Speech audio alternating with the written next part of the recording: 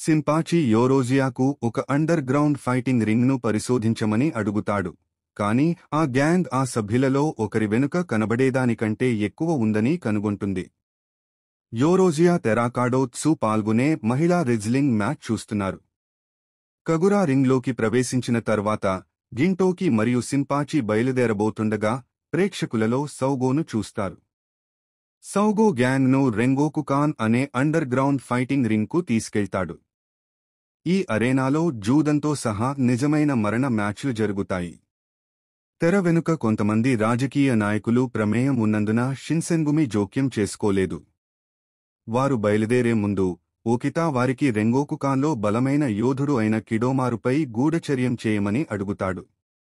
వారు కిడోమారును చాలామంది అనాథ పిల్లలు నివసించే ఒక పాడుబడిన ఇంటికి అనుసరిస్తారు.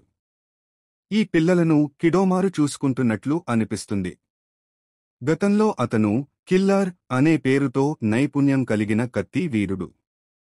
అతన్ని ఉరితీయడానికి ముందు టెండోషు అతన్ని విడిపించి వారి అక్రమ మ్యాచ్లలో పాల్గొనమని బలవంతం చేసింది.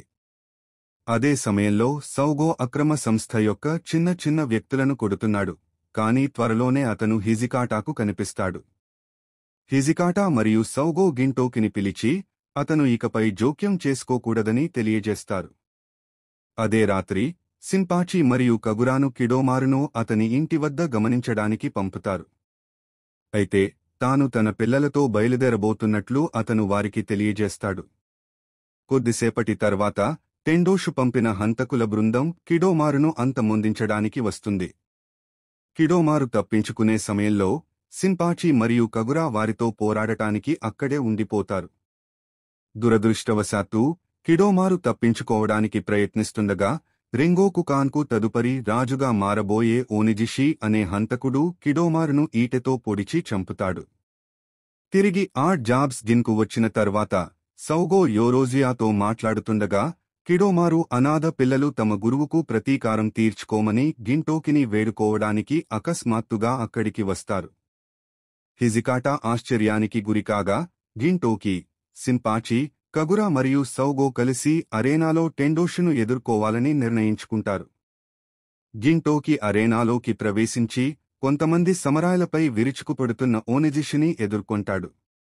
అతను కిడోమారు యొక్క రాక్షస ముసుగును ధరిస్తాడు. దీని ఫలితంగా అతను నిజమైన కిడోమారుగా పొరబడతాడు. భీకర పోరాటం తర్వాత ఓనిజిషి తన భారీ క్లబ్తో గింటోకిపై దాడి చేయగలుగుతాడు. అయితే గిన్ తన చెక్క కత్తితో ఆ దెబ్బను పాక్షికంగా అడ్డుకుని తన తదుపరి కదలికతో